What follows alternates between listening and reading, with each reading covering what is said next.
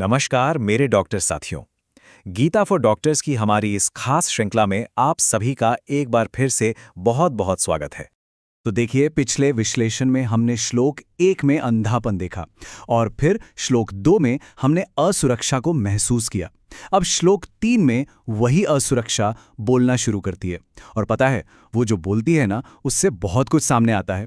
आज का ये श्लोक हमें यही सिखाता है कि कैसे डर अक्सर आत्मविश्वास का नकाब ओढ़ लेता है। तो चलिए आज की इस चर्चा में हम क्या क्या देखने वाले हैं। सबसे पहले तो हम बात करेंगे आत्मविश्वास में छिपे डर की। फिर श्लोक 1.3 का एक गहरा विश्लेषण करेंगे। इसके बाद हम असुरक्षा के मनोविज्ञान को समझेंगे और देखेंगे कि ये हमारे अस्पताल के माहौल में कैसे दिखता है। और आखिर में हम लीडरशिप और गुरु धर्म पर इसके असर को जानेंगे और जो मुख्य बातें हैं उन्हें समझेंगे। तो आज के श्लोक का जो सार है, जो सेंट्रल आइडिया है, वो यही है कि कैसे डर खुद को कॉन्फिडेंस के रूप में दिखाता है। सुनने में अजीब लगता है ना, लेकिन ये एक बहुत ही गहरी, बहुत ही शक्तिशाली मनोवैज्ञानिक सच्चाई है जिसे आज हम सब मिलकर उजागर करेंगे। तो चलिए सबसे पहले मूल श्लोक को सुनते हैं। मैं चाहूंगा कि आप इसकी ध्वनि और इसके भाव को महसूस करें। पश्येताम पांडुपुत्राणामाचार्य महतीम चमूम व्यूढ़ान द्रुपद पुत्रेण तव शिष्येण धीमता। तो इस श्लोक में दुर्योधन द्रोणाचार्य से क्या कह रहा है? वो कह रहा है, हे आचार्य, पांडु पुत्रों की इस विशाल सेना को देखिए जिसे आपके ही बुद्धिमान शिष्य द्रुपद पुत्र ने सजाया है। अब देखिए, पहली नजर में तो ये एक बहुत सीधी सी बात लगती है ना, कि वो बस दुश्मन की सेना के बारे में बता रहा है। लेकिन इन शब्दों के पीछे एक बहुत गहरी रणनीति काम कर रही है। तो चलिए अब जरा इस बयान को खोलकर देखते हैं, इसका विश्लेषण करते हैं। दुर्योधन यहां असल में करना क्या चाह रहा है? ये बस एक जानकारी नहीं है, ये एक बहुत सोची समझी मनोवैज्ञानिक चाल है। यहां जो बात सबसे दिलचस्प है वो है दुर्योधन की चालाकी। वो कितनी सफाई से काम कर रहा है। वो क्या कहता है? आपके बुद्धिमान शिष्य।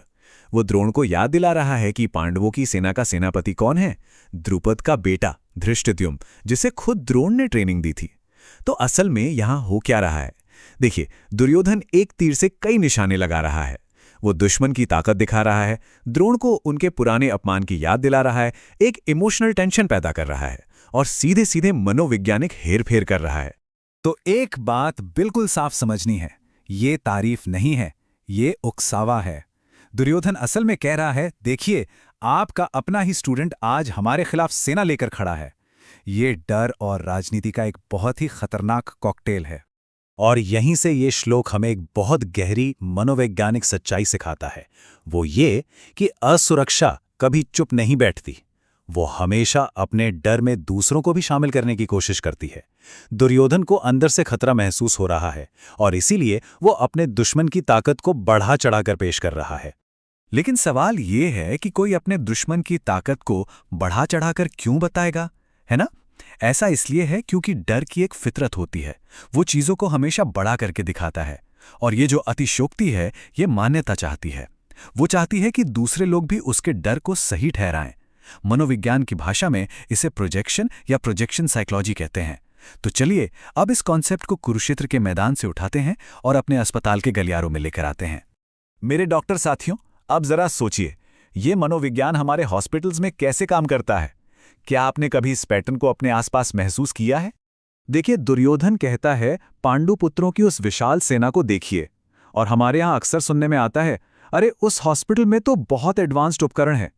दुर्योधन कहता है, जिसे आपके ही बुद्धिमान शिष्य ने सजाया है, और हम क्या सुनते हैं? वो कंसल्टेंट तो बहुत ही ज्यादा कुशल है।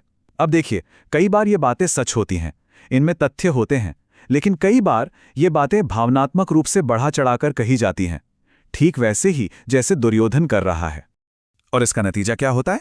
जब ऐसा माहौल बनता है तो टीम का मनोबल गिरता है, रक्षात्मक चिकित्सा यानी खुद को बचाने के लिए की जाने वाली प्रैक्टिस वो बढ़ जाती है, हर बात में तुलना करने का एक कल्चर बन जाता है, और सबसे जरूरी बात, आपस का विश्वास कमजोर हो जाता है। एक बात समझिए, दुर्योधन अपनी सेना को मजबूत नहीं कर रहा, वो तो बस अपनी चिंता को और मजबूत कर रहा है। और यहीं से हम लीडरशिप और मेंटरशिप यानी नेतृत्व और गुरुधर्म के एक बहुत ही ज़रूरी सबक पर आते हैं कि एक लीडर के तौर पर हमारी प्रतिक्रिया हमारी पूरी टीम की सोच को, उनकी मानसिकता को आकार देती है। सोचिए, एक सच्चा लीडर शांति से स्थिति का मूल्यांकन करता है, जबकि एक असुरक्षित लीडर उसी स्थिति को नाटकीय बना देता है। जब आप किसी विभाग, क्लिनिक या अस्पताल का नेतृत्व करते हैं और अगर आप लगातार चिंता के साथ अपने प्रतिस्पर्धियों की ताकत पर जोर देते रहेंगे, तो आपकी टीम उस डर को अपने अंदर सोख लेगी। क्रिटिकल केयर में ये और भी साफ दिखता है। अगर आप आईसीयू में एक चिंतित चेहरे के साथ प्रवेश करते हैं, तो पूरी यूनिट में एक अस्थिरता फैल जाती है। एक लीडर की ऊर्जा बहुत मायने रखती है।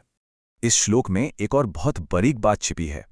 दुर्योधन द्रोण को याद दिलाता है कि धृष्टद्युम्न आपका शिष्य है, वो उनकी भावनात्मक स्मृति को जगा रहा है। मेडिकल फील्ड में ऐसा कब होता है?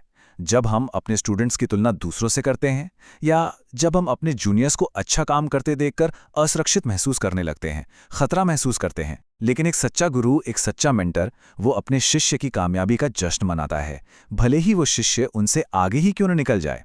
सोचिए, द्रोण ने धृष्टद्युम्न को ट्रेनिंग दी।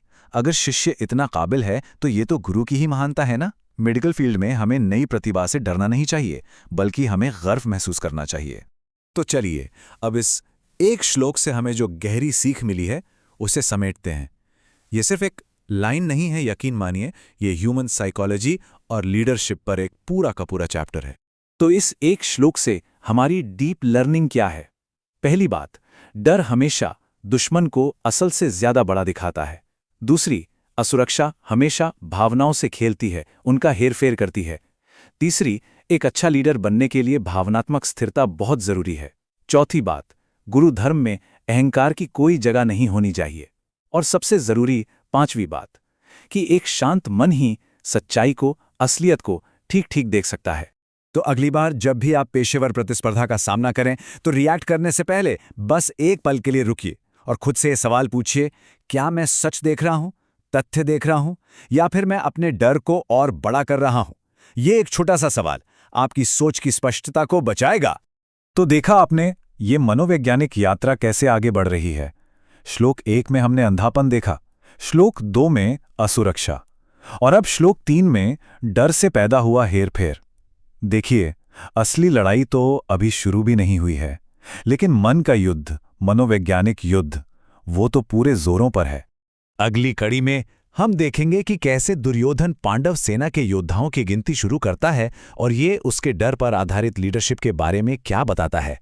अगर ये श्रृंखला आपको सिर्फ एक डॉक्टर के तौर पर नहीं, बल्कि एक लीडर के तौर पर भी बेहतर बनने में मदद कर रही है, तो हमारे साथ जरूर जुड़े रहिएगा। चलिए, हम सब मिलकर जागरूक चिकित्सकों का एक ऐसा समुदाय बनाए जो एक दूसरे को समझे और आगे बढ़ाए। बहुत बहुत धन्यवाद।